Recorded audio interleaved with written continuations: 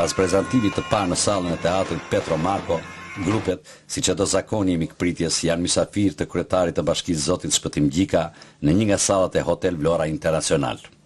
Në frymën e një atmosfere krejt vllazërore, kryetari i bashkisë ju uron mirëseardhjen. Shkëmbehen fjalëmisie dhe mesazhe bashkëpunimi për të ardhmen. Shkëmbehen dhurata dhe përfaqësuesit e grupeve falenderojnë pjesëmarrësit për atmosferën e ngrohtë që kanë gjetur.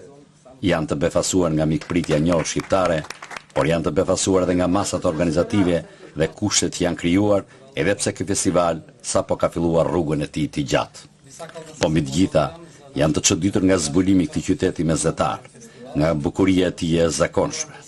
Jemi kaq afër dhe ende nuk e njohim mirë njëri tjetrin, thon miqtë e Vlorës. Shqipëria ka kaq shumë për të afruar dhe ky festival veç të tjerash po përmbush edhe këtë mision kaq jetik për Vlorën. Ta bëj këtë qytet të njohur si një nga perlat turistike të Mesdheut e më gjerë. Së bashku, këngëtarët ballkanik pinë nga një gotë verë dhe bëjnë fotografinë e rastit me njëri tjetrin. Misi të reja, plane të reja për të bashkëpunuar më gjërësisht dhe më me rezultat në të ardhmen. Zanate apo dishin mjeshtëri? Ka patur disa grupe, edhe për të mos e zgjatur, ftojmë përfaqësuesin e grupit të kryeqytetit tonë, zotin Xhelo për të bërë përshëndetje. E mbrekëpueshme që na bëre këtë ditë.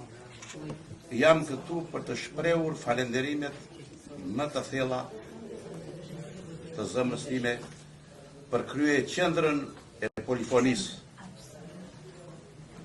Labe.